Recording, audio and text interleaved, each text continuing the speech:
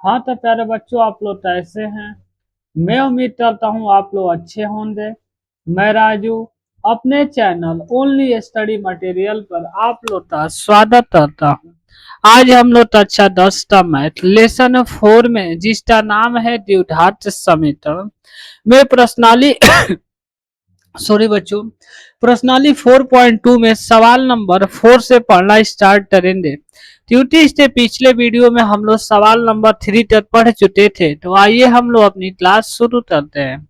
हम लोग का सवाल नंबर 4 है कि दो क्रमागत धनात्मक पूर्णांक ज्ञात कीजिए जिनके वर्गों का योग क्या है 365 है। तो प्यारे बच्चों, हमने इस प्रश्नावली को शुरू करने से पहले हमने बताया था कि क्रमागत का अर्थ क्या होता है। सबसे पहले यहाँ पर हम देखेंगे क्रमागत का मतलब क्या होता है। क्रमागत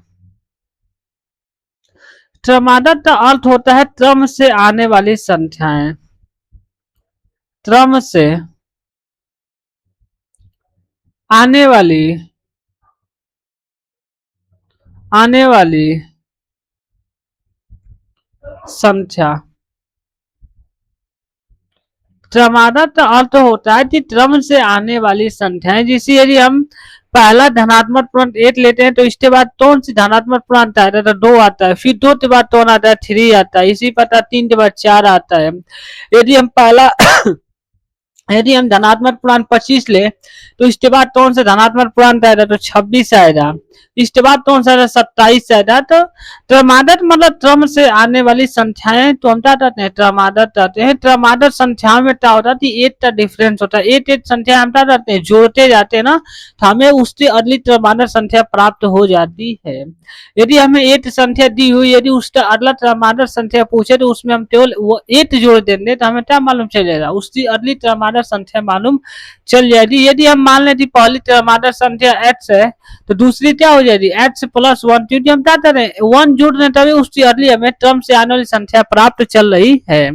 तो यहाँ पर सवाल सॉरी बच्चों, एक बार और हम सवाल तो पढ़ते हैं कि सवाल में बोला कि दो क्रमागत धनात्मक पूर्णांक ज्ञात कीजिए जिनके वर्गों का योग 365 है। तो सबसे पहले हम लोग मानेंगे माना माना दो क्रमागत धनात्मक पूर्णांक में दो क्रमागत धनात्मक पूर्णांक में माना दो क्रमागत धनात्मक पूर्णांक में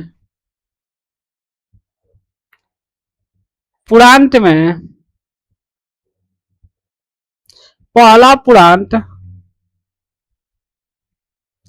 पहला पूर्णांक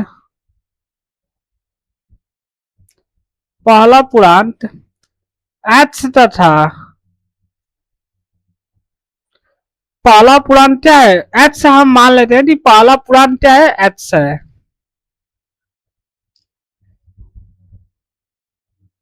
पहला धनात्मक पूर्णांक क्या है? तो x हम लोग मान लेते हैं।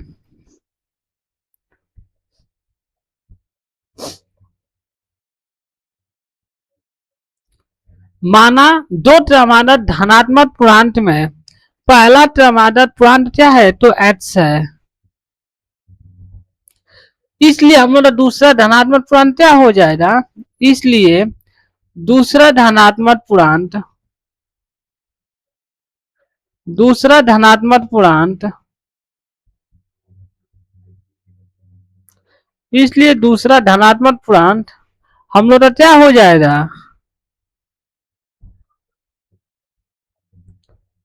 x प्लस 1 हो जाएगा। x प्लस 1 होगा, क्योंकि क्रमागत का मतलब यही होता है कि क्रम से आने वाली संख्या। यदि हमें एक संख्या दी हुई उसकी अगली हमें क्रमागत संख्या निकालना होता है तो उसमें हम केवल एक जोड़ देते हैं तो हमें उसकी अगली क्रम से आने वाली संख्या मालूम चल जाती है। तो सबसे पहले हम लोग माने कि माना दो क्रमागत धनात्मक पूर्णांक में पहला पूर्णांक क्या x है, इसलिए हमारा दूसरा पूर्णांक क्या हो जाएगा? x plus 1।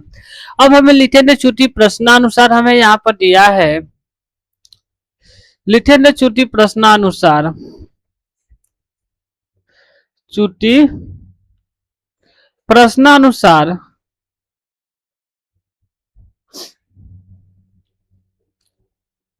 हमें यहाँ पर प्रश्नानुसार क्या दिया है कि उनके वर्गों का योग 300 क्या है 65 है। चूंकि प्रश्नानुसार प्रश्नानुसार चूंकि प्रश्नानुसार हमें क्या बोला है कि दो क्रमागत धनात्मक पूर्णांक दी जाती है जिनके वर्गों का योग क्या है 365 है। तो हम लोग का पहला धनात्मक पूर्णांक है एक्स स्क्वायर क्या हो जाएगा उसका वर्ग क्या हो जाएगा एक्स स्क्वायर हो जाएगा प्लस दूसरा पूर्णांक क्या है एक्स प्लस 1 है। जब इसका हम क्या करते वर्ग करने देता हो जाएगा स्क्वायर लग जाएगा पावर 2 बराबर। जब इनका हम वर्ग करते जोड़ते तो हमें क्या प्राप्त होता है 365 प्राप्त होता है। अब यह हो जाएगा एक्स स्क्वायर। यहाँ पर आते हैं नेक्स्ट पेज पर। यहाँ पर आपको फार्मूला याद हो रहा कि ए प्लस बी का whole square A plus B का होल स्क्वायर क्या होता है A square plus B square plus 2 A B. यह क्या होता है ए प्लस बी का होल स्क्वायर होता है तो यह हो जाएगा S square plus S square plus 1 का स्क्वायर 1 ही रह जाएगा प्लस 2 ए का मान एक्स है बी का मान क्या है 1 है बराबर इनका टोटल योग क्या है 365। जब एक्स स्क्वायर में एक्स स्क्वायर जोड़ेंगे तो यह हो जाएगा 2x स्क्वायर प्लस 1। जब इनका आपस में हम गुणा करेंगे तो यह हो जाएगा 2x बराबर 365। यह हो जाएगा 2x स्क्वायर प्लस 2x और जब इस 1 तो 75 करेंगे क्या हो जाएगा 365 माइनस 1। यह हो जाएगा 2x स्क्वायर प्लस 2x बराबर 364। क्योंकि जब 365 में से 8 जाएगा क्या बचेगा 364 बचेगा। इसमें से हम दो कॉमन ले सकते हैं इसमें से क्या है यहाँ पर भी 2 और यहाँ पर भी 2 है तो इसमें से हम दो कॉमन लेंगे क्या हो जाएगा एक्स स्क्वायर प्लस एक्स बराबर 364। अब यहाँ से क्या 295 यह हो जाएगा एस स्क्वायर प्लस एक्स बराबर 364/2 से भाग करने तो यह हो जाएगा एस स्क्वायर प्लस एक्स बराबर 2 एकम 2 2 8 16 सॉरी बच्चों 2 8 16 2 दुनाते 4। यह हो जाएगा एस स्क्वायर प्लस एक्स जब इस 182 तो 95 तो बराबर तो लेफ्ट साइड आता क्या हो जाएगा माइनस 182 क्योंकि बराबर के राइट साइड क्या था प्लस था इसलिए बराबर के लेफ्ट साइड था माइनस 182 हो जाएगा। अब हम लोग यहाँ से क्या करते तो यहाँ से हम लोग गुणनखंड करेंगे। गुणनखंड में हम लोग क्या करते हैं कि एस स्क्वायर का गुणांक सहित अचर पद में गुणा करते हैं तो यहाँ पर अचर पद क्या है तो यहाँ पर अचर पद 100 माइनस 182 है। तो जब एस स्क्वायर का गुणा माइनस 182 में करेंगे तो क्या हो जाएगा माइनस 182 एस स्क्वायर।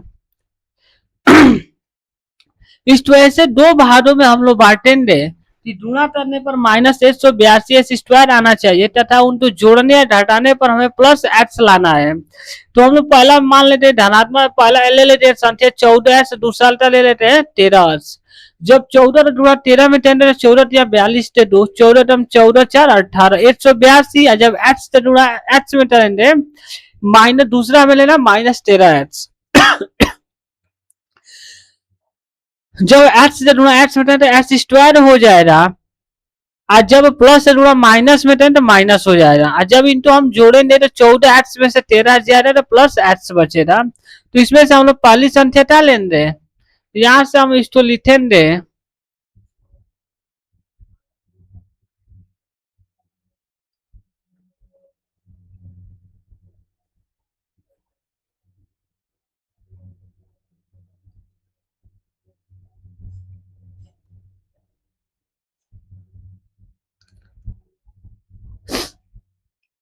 यहां से हम लोग लिखेंगे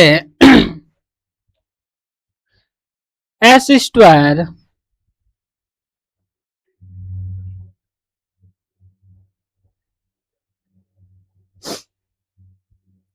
यहां से हो जाएगा H square plus 14h minus 13h minus 182 बराबर 0। अब हम लोग क्या करते हैं, दो दो पदों का पेयर बनाते हैं और उनमें से संख्याएं कॉमन लेते हैं।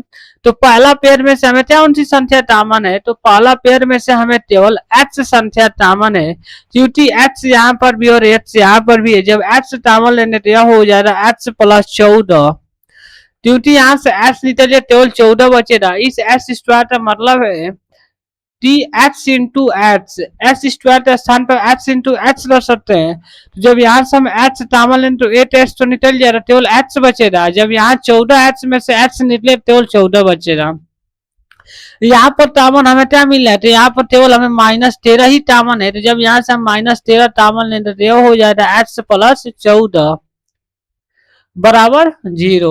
जब दोनों ब्रैकेट में संख्याएं समान आती है तो हम लोग पहले ब्रैकेट में लिखते हैं x प्लस 14 और दूसरे ब्रैकेट में हो जाएगा x माइनस 13 बराबर 0।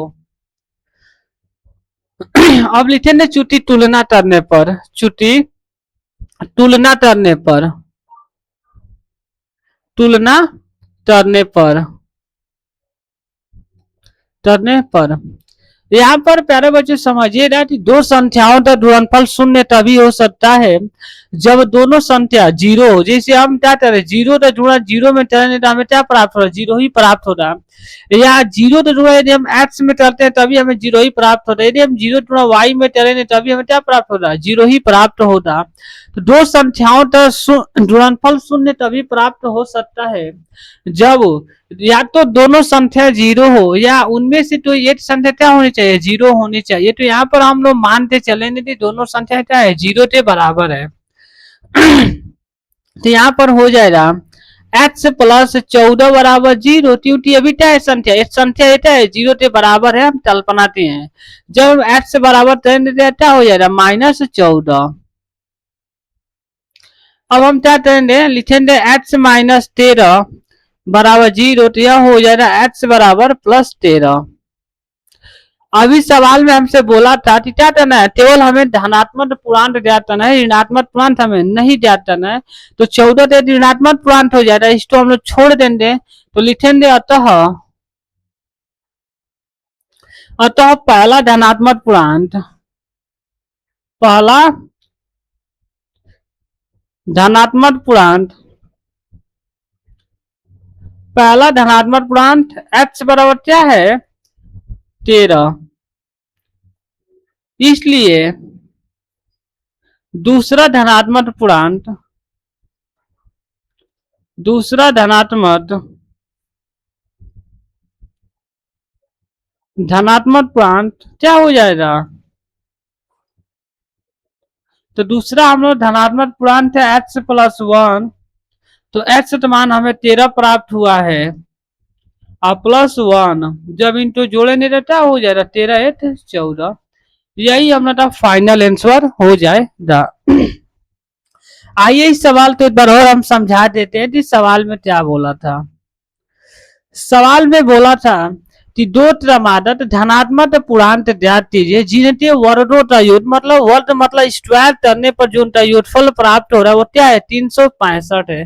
तो सबसे पहले हम लोग मान लें कि माना दो क्रमागत धनात्मक पूर्णांक में पहला पूर्णांक x है, तो इसलिए दूसरा पूर्णांक क्या हो जाएगा x प्लस 1, क्योंकि क्रमागत अर्थ होता है क्रम से आने वाली संख्याएं। तो उसके बाद हमें प्रश्नानुसार दिया है कि उनके वर्गों का योग क्या है 365 है। तो पहला धनात्मक पूर्णांक x है और दूसरा धनात्मक पूर्णांक x प्लस 1 है। जब इनका वर्ग करते हम योग करेंगे जोड़ेंगे तो हमें क्या प्राप्त होगा 365। तो हम लोग क्या किए, पहला धनात्मक पूर्णांक का वर्ग किए प्लस दूसरा धनात्मक पूर्णांक का वर्ग किए, उसके बाद इनका जो योगफल क्या है 365 के बराबर है। जब इनको हम उठाती है यहाँ से a प्लस बी के होल स्क्वायर लगाते जब इसको हम विस्तारती है तो हमें क्या प्राप्त हुआ S square plus 1 plus 2x, क्योंकि a प्लस बी का होल स्क्वायर होता है a square plus B square plus 2ab। जब यहाँ से हम इनको हल दिए तो हमें प्राप्त हुआ एस स्क्वायर प्लस एक्स बराबर 182 तो हम 95 यह हो जाएगा S square plus x minus 182 बराबर 0। अब यहाँ से हमारा द्विघात समीकरण बन चुका है। जब द्विघात समीकरण बन जाता है तो उनका हम क्या करते हैं, गुणनखंड द्वारा हल हल ज्ञात करते हैं। तो यहाँ से हम लोग गुणनखंड करेंगे। तो अब हम लोग क्या करेंगे, गुणनखंड में हम लोग क्या करते हैं कि एस स्क्वायर का गुणांक सहित सबसे पहले अचर पद में हम लोग मल्टीपल करते हैं, गुणा करते हैं। जो हमें गुणनफल प्राप्त होता है उसको ऐसे दो संख्या में तोड़ते हैं कि जोड़ने या घटाने पर जो बीच में संख्या दी होती है वो प्राप्त हो जाए, और जब उनका हम आपस में परस्पर गुणा करें जो हमें गुणनफल प्राप्त हुआ था वो प्राप्त हो जाए। तो हमने एस स्क्वायर गुणा माइनस 182 में करेंगे तो माइनस 182 एस स्क्वायर हो जाएगा। माइनस 182 एस स्क्वायर तो ऐसे दो भागों में तोड़ना है, तो हम लोग पहला ले लेंगे +14 से दूसरा लेंगे -13। अब कुछ बच्चे बोले नहीं सर हम -14 नहीं ले सकते हैं, तो नहीं, क्योंकि यहाँ पर हमें +x लाना है। यदि माइनस यहाँ पे x होता तो फिर हम क्या करते हैं, -14 लेते हैं और +13x। यहाँ पर प्लस है इसलिए हम बताते हैं +14 लिए और -13x लिए हैं। जब यहाँ से हम लोग और हल किए हैं तो हमें क्या प्राप्त हुआ है, x बराबर 13, क्योंकि हमें धनात्मक पूर्णांक लेना है, ऋणात्मक पूर्णांक नहीं लेना है। इसलिए यहाँ से हम लोग -14 छोड़ देंगे, यह ऋणात्मक पूर्णांक है तो इसको छोड़ देंगे। तो हम लोग का पहला धनात्मक पूर्णांक हो जाएगा 13 और दूसरा धनात्मक पूर्णांक 14। यही हम लोग का फाइनल आंसर हो जाएगा। अब हम बढ़ते हैं अपने नेक्स्ट सवाल,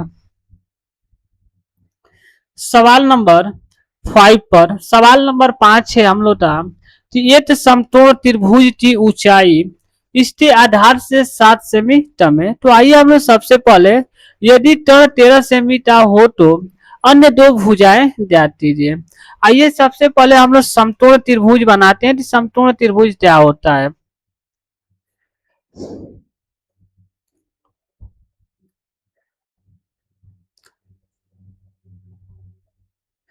सबसे पहले हम लोग क्या देंगे, यहाँ से समकोण त्रिभुज बनाएंगे।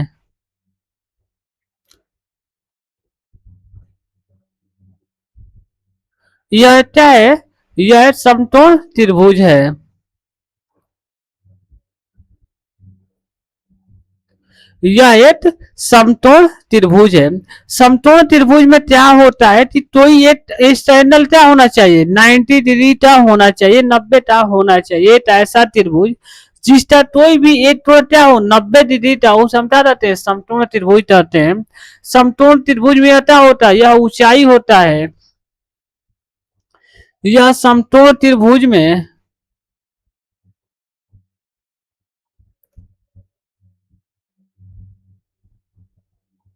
यह समकोण त्रिभुज में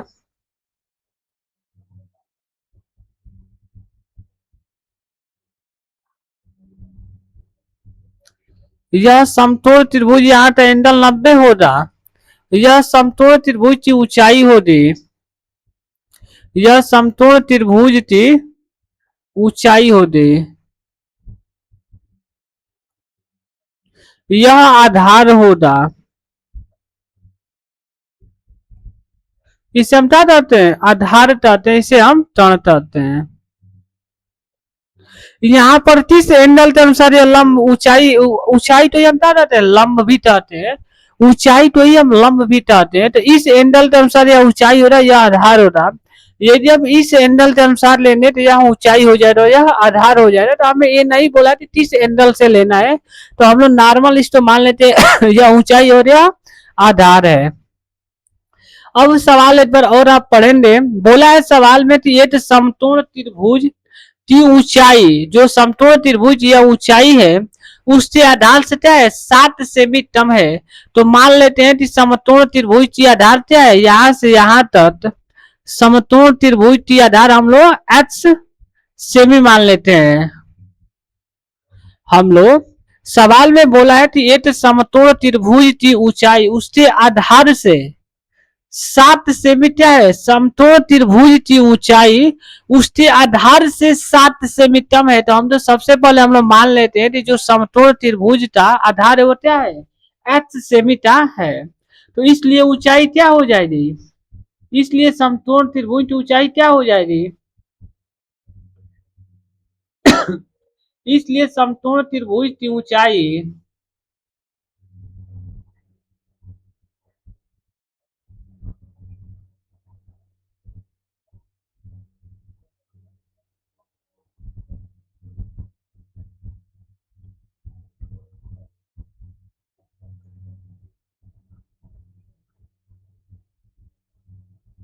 इसलिए समकोण त्रिभुज की ऊंचाई क्या हो जाएगी, तो समकोण त्रिभुज की ऊंचाई हो जाएगी x माइनस 7, क्योंकि सवाल में ही बोला है कि एक समकोण त्रिभुज की ऊंचाई उसके आधार से 7 सेमी कम है, तो आधार x सेमी है तो ऊंचाई क्या हो जाएगी x माइनस 7 सेमी। एक बार और हम सवाल तो पढ़ते हैं। सवाल में बोला है कि एक समकोण त्रिभुज की ऊंचाई उसके आधार से 7 सेमी क्या है कम है, तो सबसे पहले हम लोग मान लेंगे कि माना समकोण त्रिभुज का आधार क्या है x सेमी है, तो इसलिए ऊंचाई क्या हो जाएगी x माइनस 7 सेमी। और बोला कि यदि विकर्ण यदि जो यह तल है ना, यदि जो तल होता है 13 सेमी का हो, तो यह तल हमें क्या दिया है 13 सेमी का दिया है, यह क्या हो जाएगा तो यह तल हो जाएगा। हो तो अन्य दो भुजाएं ज्ञात कीजिए, समकोण त्रिभुज का आधार और ऊंचाई हमें ज्ञात करना है। तो सबसे पहले हम लोग मानेंगे माना माना समकोण त्रिभुज की समकोण त्रिभुज की समकोण त्रिभुज की उच्च आधार समकोण त्रिभुज का आधार समकोण त्रिभुज का आधार क्या है, तो x से भी हम लोग मानेंगे कि माना समकोण त्रिभुज का आधार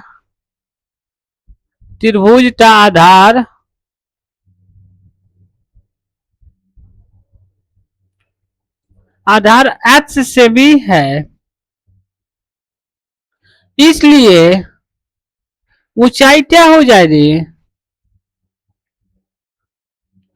इसलिए ऊंचाई x माइनस 7 सेमी होगा। अब देखिए एक समकोण त्रिभुज में एक परिमेय लगता है जिसे हम कहते हैं पाइथागोरस प्रमेय। आइए हम लोग नेक्स्ट पेज पर पाइथागोरस प्रमेय तो समझ लेते हैं कि पाइथागोरस प्रमेय क्या होता है। पाइथागोरस प्रमेय पाइथागोरस प्रमेय पाइथागोरस प्रमेय केवल समकोण त्रिभुज पर ही लागू होता है, इतना ध्यान दीजिएगा कि जो पाइथागोरस प्रमेय होता है यह केवल एक समकोण त्रिभुज पर लागू होता है। यह समकोण यह क्या हो रहा है, यह लंब या ऊंचाई आप मान लीजिएगा, इसको हम क्या बोलेंगे लंब या ऊंचाई, इसी तो होता है, तो यह आधार होगा, यह क्या होगा तो समकोण त्रिभुज का तण होगा। तो पाइथागोरस प्रमेय कहता है कि सबसे बड़ी भुजा का वर्ग, तो इसमें सबसे बड़ी भुजा क्या है, तो इसमें सबसे बड़ी भुजा तण है। तो पाइथागोरस प्रमेय कहता है कि सबसे बड़ी भुजा का वर्ग शेष दो भुजाओं के वर्ग के योग के बराबर होता है। तो पाइथागोरस प्रमेय के अनुसार होता है तण का स्क्वायर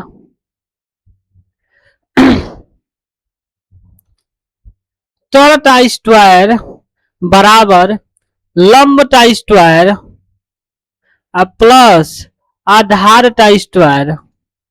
क्या होता है पाइथागोरस प्रमेय के अनुसार होता है कि सबसे बड़ी भुजा का वर्ग शेष दो भुजाओं के वर्ग के योग के बराबर होता है। तो इसमें सबसे बड़ी भुजा तण होती है, तो तण का स्क्वायर बराबर क्या होता है लंब का स्क्वायर प्लस आधार का स्क्वायर।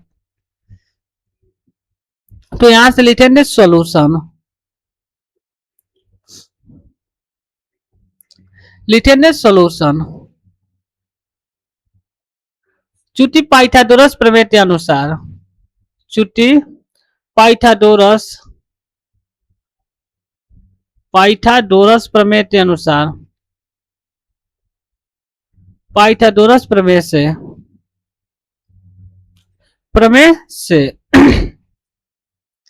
पाइथागोरस प्रमेय क्या हो जाएगा, तो तण का स्क्वायर, तो तण क्या है 13 है, तो 13 का स्क्वायर बराबर लंब क्या है, तो लंब या ऊंचाई, लंब तो ही आप ऊंचाई कह सकते हैं, तो इसमें क्या है ऊंचाई क्या है, तो x माइनस 7 का स्क्वायर हो जाएगा प्लस आधार क्या है तो x है तो x का स्क्वायर।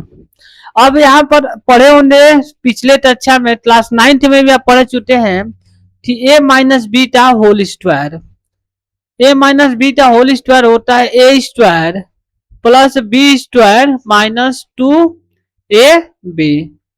ये क्या होता है, तो यह A minus beta whole square होता है। तो 13 का स्क्वायर 169 हो जाएगा, 13 का स्क्वायर 169 हो जाएगा।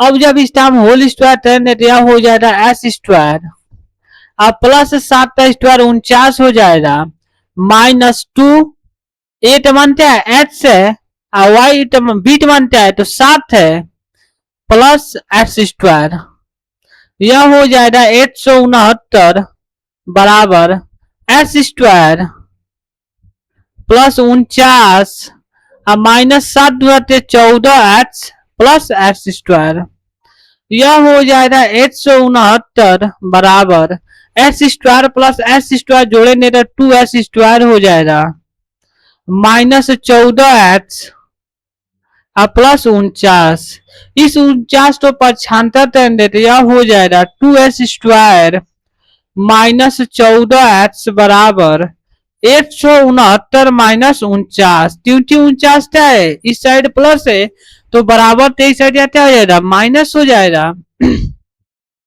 यह हो जाएगा 2x स्क्वायर माइनस 14x बराबर 9 में से 9 जाएगा 0, 6 में से 4 जाएगा 2, 8 में से 8 तो 8 ही रह जाएगा तो 120। अब हम क्या रहे हैं यहाँ से 2 कॉमन लेंगे तो यह हो जाएगा,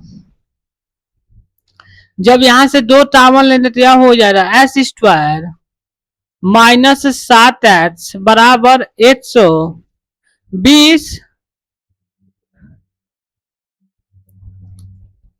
अब हम यहाँ से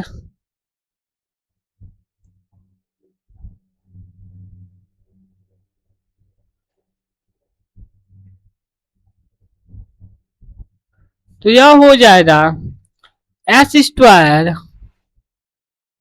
माइनस 7x बराबर 120 अपान 2 से बाहर करने तो यह हो जाएगा एस स्क्वायर माइनस 7x बराबर 60 तो 75 करने तो यह हो जाएगा S square minus 7x minus 60 बराबर 0।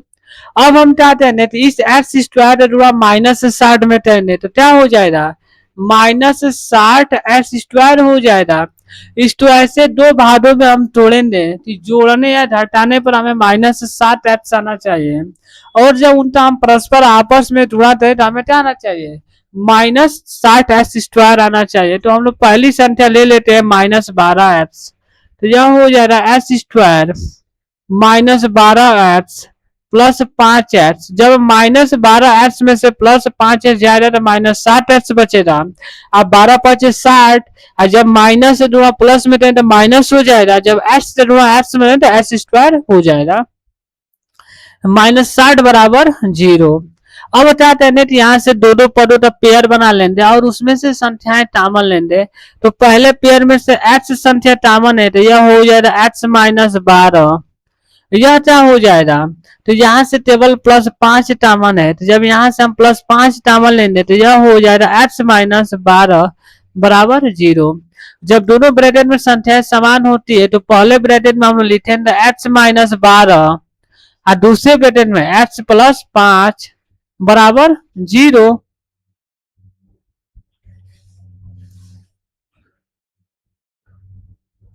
अब यह हो जाएगा लिखेंगे चुटी तुलना करने पर, चुटी तुलना करने पर, तुलना करने पर, करने पर तो क्या हो जाएगा x माइनस 12 बराबर 0, तो x बराबर क्या हो जाएगा 12। दूसरा है x प्लस 5 बराबर 0, तो क्या हो जाएगा x बराबर माइनस 5। आप जानते होंगे कि तभी भी लंबाई चौड़ाई या दूरी क्या होती है, ऋणात्मक नहीं हो सकती है। कोई भी लंबाई क्या होता है, सदैव धनात्मक होता है। लंबाई हो, चौड़ाई हो, क्षेत्रफल, ये सारे क्या होते हैं, सदैव धनात्मक होते हैं, तभी भी ऋणात्मक नहीं होते हैं।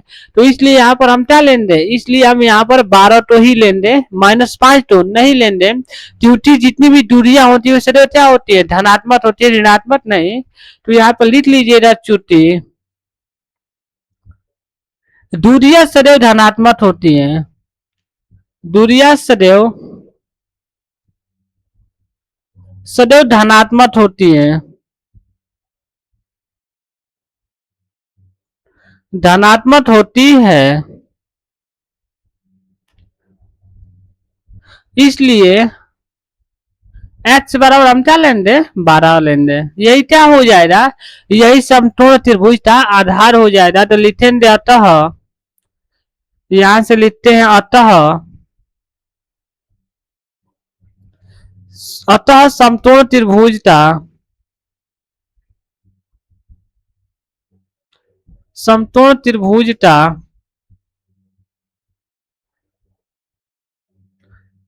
आधार आधार क्या होगा, तो x बराबर 12 सेमी। इसलिए लंब क्या हो जाएगा, चुटी, इसलिए इसलिए ऊंचाई क्या हो जाएगी, यहाँ पर ऊंचाई बोला था, ऊंचाई ही लिख लेते हैं। इसलिए ऊंचाई, ऊंचाई क्या हो जाएगी, तो x-5, नहीं x-7 है, 7 सेमी छोटा है ना, हाँ x-7, जो ऊंचाई है आधार से 7 सेमी छोटा है। तो यहाँ पे हो जाएगा x-7, यह हो जाएगा x-7। तो हमें x बराबर क्या प्राप्त हुआ है, 12 प्राप्त हुआ है, 12 में से 7 जाएगा तो क्या बचेगा, 5। तो इसलिए ऊंचाई हमारी क्या हो जाएगी, 5 सेमी। यही हमारा फाइनल आंसर हो जाएगा। समतोल त्रिभुज का आधार 12 सेमी तथा ऊंचाई क्या होती, 5 सेमी होती। यही हमारा फाइनल आंसर हो जाएगा। आइए इस सवाल को एक बार और हम समझा देते हैं कि सवाल में क्या बोला था। सवाल में बोला था कि एक समतोल त्रिभुज की ऊंचाई, जो समतोल त्रिभुज की यह ऊंचाई है वह आधार से 7 सेमी छोटा है या कम है। तो सबसे पहले हम लोग मान लेते हैं कि माना समतोल त्रिभुज का आधार क्या है, x सेमी है। जब समतोल त्रिभुज का आधार x सेमी है तो उसका ऊंचाई क्या है, 7 सेमी कम है किस से, आधार से। तो ऊंचाई क्या हो जाएगी, x-7 सेमी। उसके बाद समतोल त्रिभुज में प्रमेय लगता है कौन सा, पाइथागोरस प्रमेय। हमने पाइथागोरस प्रमेय लगा तो इसको जब हल किया है तो हमें क्या प्राप्त हुआ है, समतोल त्रिभुज का आधार 12 सेमी तथा ऊंचाई 5 सेमी प्राप्त हुई है। यही हम लोग का फाइनल आंसर हो जाएगा। अब हम लोग बढ़ते हैं अपने नेक्स्ट सवाल पर। हम लोग का सवाल नंबर 6 है और इस प्रश्नावली का लास्ट सवाल है। प्रश्नावली 4.2 का यह लास्ट सवाल है। यह सवाल थोड़ा सा बड़ा है, इसको ध्यान से पढ़ना होगा। सवाल में बोला है कि एक कुटीर उद्योग, एक कुटीर उद्योग मतलब छोटा उद्योग, मतलब छोटा मतलब कम सामान बनाने वाला कोई उद्योग है। एक कुटीर उद्योग एक दिन में कुछ बर्तन का निर्माण करता है। कोई भी तुहार मान, कुटीर उद्योग मतलब तुम्हारा मान लीजिए, वही बर्तन बनाता है। तो एक कुटीर उद्योग एक दिन में कुछ बर्तन का निर्माण करता है। एक विशेष दिन यह देखा गया कि प्रत्येक नद की निर्माण लागत, यहाँ पर कुछ बच्चे यहाँ पर नद से कंफ्यूजन हो जाती। नद मतलब क्या है, तो प्यारे बच्चों बर्तन तो ही यहाँ पर क्या बोला है, बर्तन तो ही यहाँ पर नद बोला है। तो आप इससे कोई घबराइएगा नहीं, बर्तन तो ही यहाँ पर नद बोला है। यहाँ पर हम नद के स्थान पर बर्तन भी पढ़ सकते हैं कि प्रत्येक बर्तन की निर्माण लागत मतलब बनाने में कितना रुपये खर्च आया है रुपए में, उस दिन निर्माण किए गए बर्तन की संख्या के दुगने से 3 अधिक थी। इस पर और हम सवाल तो पढ़ते हैं कि एक कुटीर उद्योग एक दिन में कुछ बर्तन का निर्माण करता है। एक विशेष दिन यह देखा जाती प्रत्येक बर्तन की निर्माण लागत मतलब एक बर्तन तो प्रत्येक मतलब एक बर्तन तो बनाने में कितना रुपए खर्च लगा है, मतलब कितना रुपए हमें मतलब अपने लद से लगाना पड़ा है, कितना रुपए खर्च आया है एक बर्तन तो बनाने में। वही बोला है कि प्रत्येक नद की निर्माण लागत मतलब बनाने में किया गया खर्च उस दिन विशेष दिन, उस दिन मतलब विशेष दिन निर्माण किए गए बर्तनों की संख्या के दुगने से 3 अधिक थी। जो बर्तन थी प्रत्येक बर्तन की मूल्य लागत मूल्य थी बनाने में जो खर्च आया था वो कितना था, निर्माण किए गए बर्तन की दुगने से 3 अधिक थे। यदि उस दिन निर्माण की गई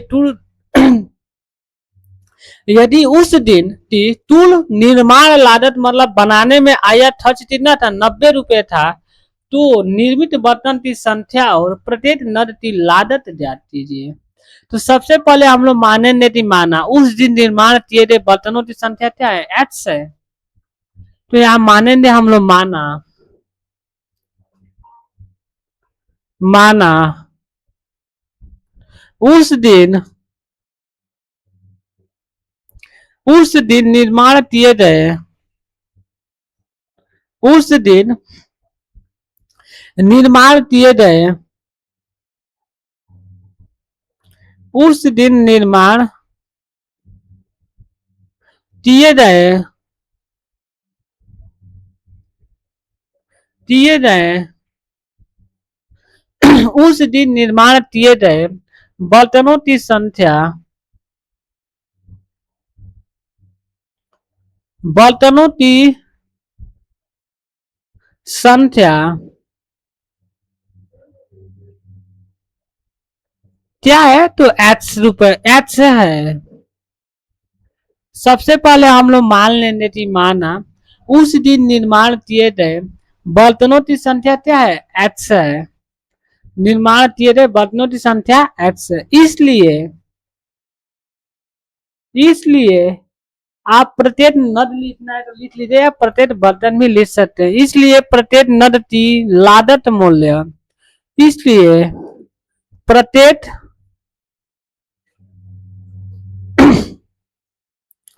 प्रत्येक नद या आप यहाँ पर बर्तन भी मान सकते हैं, प्रत्येक नद या बर्तन की लागत मूल्य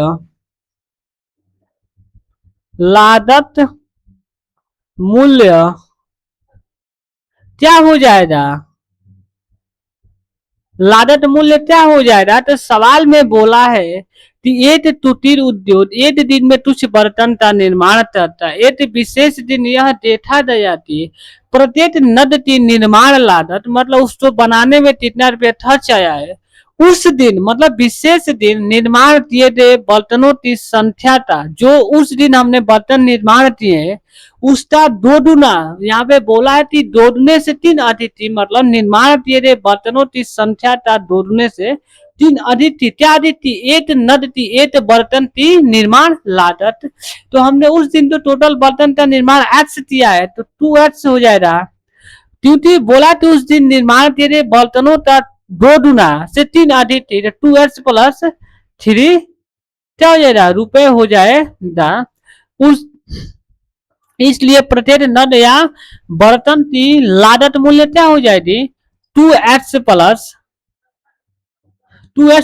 3 रुपए हो जाएगी, क्योंकि उस दिन हमने माना कि उस दिन निर्माण के लिए बर्तन की संख्या x है, इसलिए प्रत्येक नद या बर्तन की निर्माण लागत 2x+3 हो जाएगी। अब लिखेंगे चुटी प्रश्नानुसार। यहां पर आप समझिए, लिखेंगे चुटी प्रश्नानुसार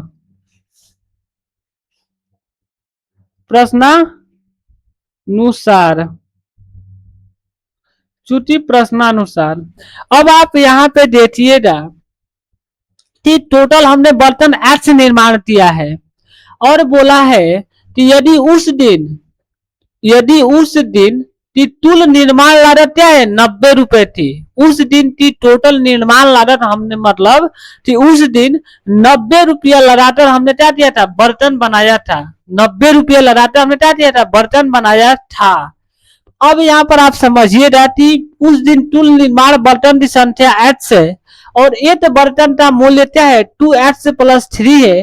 तो जब हम बर्तन की संख्या में एक बर्तन की मूल्य से गुणा कर देंगे तो हमें यह मालूम चल जाएगा कि हमने उस दिन कितना बर्तन बनाया। टोटल बर्तन 8 है, जब उनके एक बर्तन के मूल्य से गुणा कर देंगे तो क्या हो जाएगा, उस दिन निर्माण लागत के मूल्य के बराबर हो जाएगा। जिसे हमने उस दिन क्या किया है, एच बर्तन बनाया है, एच बर्तन का मूल्य क्या है 2h प्लस 3 है।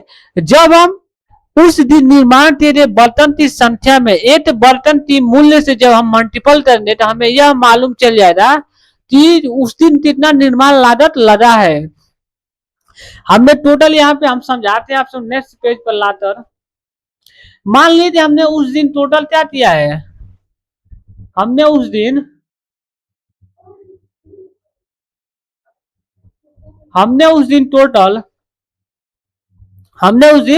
टोटल कितना बर्तन, हमने एच बर्तन क्या किया है बनाया है, हमने उस दिन टोटल एच बर्तन बनाया है। कोई भी टूटी उद्योग है वह उस दिन मतलब एक दिन में क्या किया है, एच बर्तन बनाया है और एक बर्तन का मूल्य 2h इन 2h प्लस 3 है, 2h प्लस 3 है,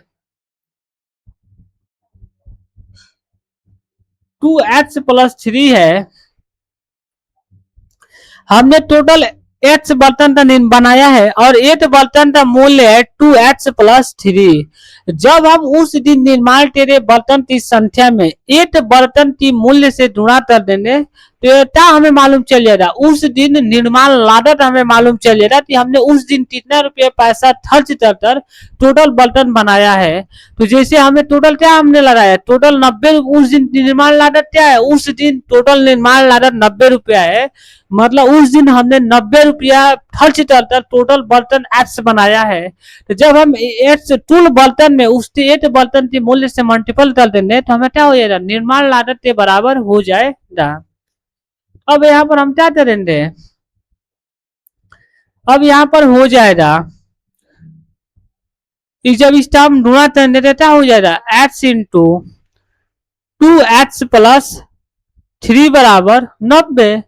अब यह हो जाएगा 2h स्क्वायर प्लस 3h बराबर 90। इस 90 को पक्षांतर करेंगे तो यह हो जाएगा 2h square plus 3h minus 90 बराबर 0। अब हम चाहते हैं इस 2h स्क्वायर का 2h स्क्वायर का गुणा हम किसमें करेंगे, माइनस 90 में करेंगे तो यह हो जाएगा माइनस 180 h स्क्वायर। स्क्वायर से दो संख्या में तोड़ेंगे तो जोड़ने घटाने पर प्लस 3h आना चाहिए और जब उनका हम परस्पर आपस में गुणा करें तो हमें क्या आना चाहिए, माइनस 180 h स्क्वायर आना चाहिए। तो हम पहली संख्या ले लेते हैं 15h और दूसरी संख्या माइनस 12h। जब 15h में से 12h घटाएंगे तो प्लस 3h बचेगा और जब हम 15h से जुड़ा माइनस 12h में करेंगे तो यह माइनस 180 h स्क्वायर आएगा। तो यहाँ लिखेंगे 2h square minus 12h plus 15h और माइनस 90 बराबर 0 हो जाएगा। अब हम चाहे दो दो पदों का पेयर बनाएंगे तो यह हो जाएगा। अब उसमें से हम लोग कॉमन लेंगे तो हमें पहला पद में से कॉमन है 2h, जो पहला पेयर है उसमें से हमें क्या संख्या कॉमन है 2h कॉमन है। तो जब 2h कॉमन लेंगे तो यह हो जाएगा h माइनस 6। जब हम दूसरे पेयर में से प्लस 15 कॉमन लेंगे तो हो जाएगा h माइनस 6 बराबर 0। जब दोनों ब्रैकेट में संख्याएं समान आती है तो हमारा गुणनखंड सही होता है। तो पहले ब्रैकेट में हम लिखेंगे h माइनस 6 और दूसरे ब्रैकेट में 2h प्लस 15 बराबर 0 लिखेंगे। चूंकि तुलना करने पर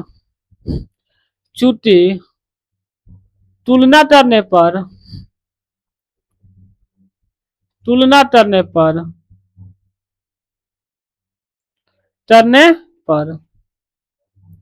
जब तुलना करेंगे क्या हो जाएगा, x माइनस 6 बराबर 0। तो x बराबर क्या हो जाएगा 6 हो जाएगा। दूसरा है 2x प्लस 15 बराबर 0। जब हम पक्षांतर दें तो यह हो जाएगा 2x बराबर माइनस 15। जब x बराबर निकालें तो यह हो जाएगा माइनस 15 अपान 2। आप प्यारे बच्चों यहाँ पर समझिएगा, तो क्या हम माइनस में बर्तन की संख्या निर्माण करने तो नहीं, सदैव बर्तन की संख्या क्या होती, धनात्मक ही होती, ऋणात्मक तो होती नहीं। ऐसा तो नहीं है कि हम एक दिन में -5 बर्तन निर्माण कर दे। क्या ऐसा संभव है कि हमने एक दिन में -5 बर्तन निर्माण कर सकते हैं, तो नहीं। हम केवल धनात्मक संख्या में ही बर्तन निर्माण कर सकते हैं, माइनस में नहीं। तो इसलिए हम लोग यहाँ पे क्या लेंगे, +6 लेंगे। तो लिखेंगे अतः उस दिन निर्माण किए गए बर्तन, उस दिन निर्माण किए गए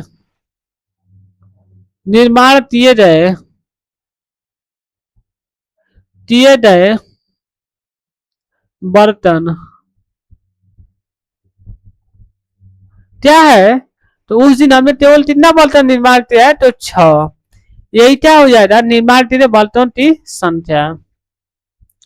लिखेंगे इसलिए प्रत्येक बर्तन का मूल्य, इसलिए प्रत्येक नद या बर्तन का मूल्य,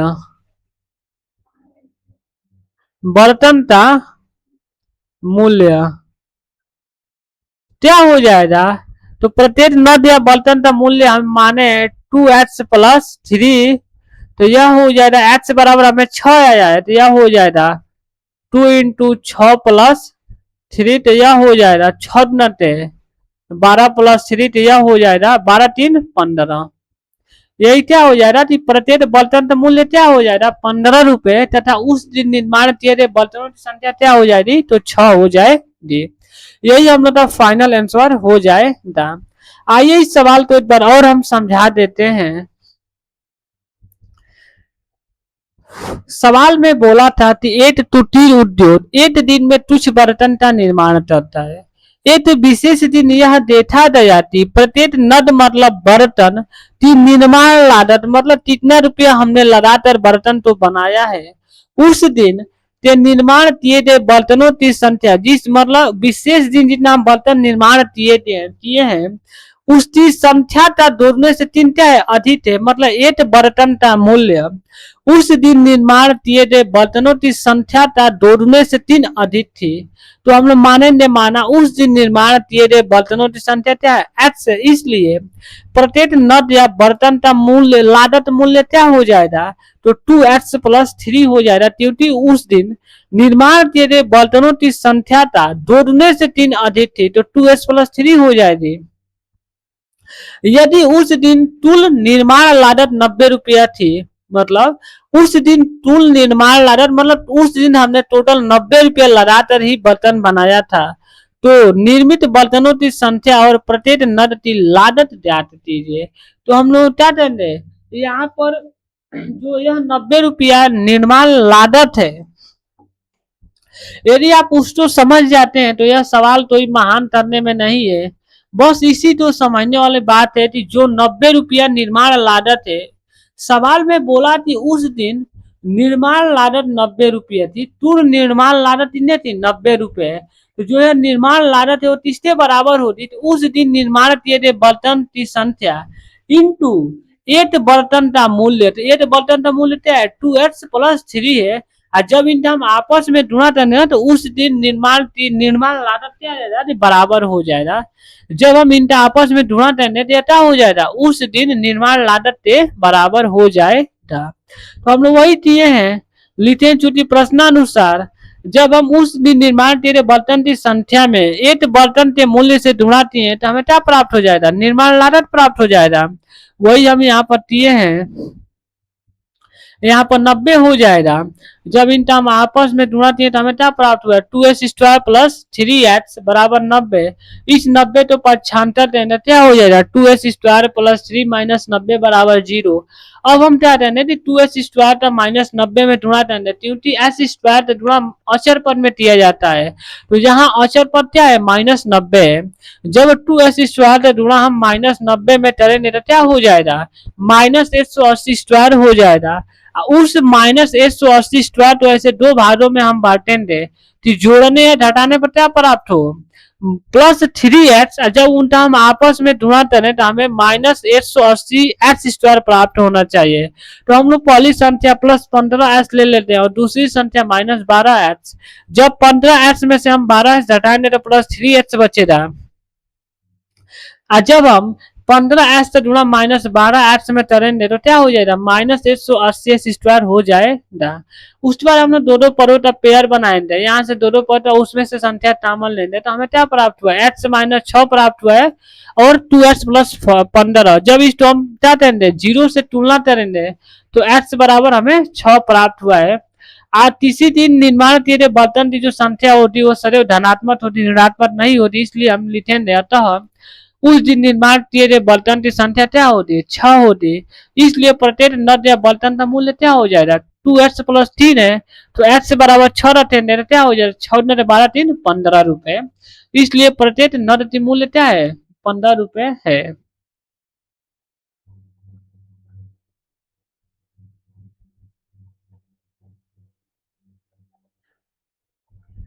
थैंक यू सो मच।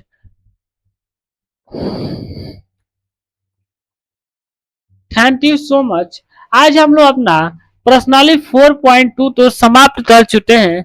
कल से हम पर्सनाली 4.3 तो पढ़ेंगे। तो थैंक यू सो मच। यदि आपको वीडियो अच्छा लगा हो तो वीडियो तो लाइक करें, चैनल तो सब्सक्राइब करें और अपने दोस्तों के पास शेयर करना ना भूलें और एक प्यारा सा कमेंट जरूर करके बताएं कि आपको क्लास कैसी लगी है। Thank you so much.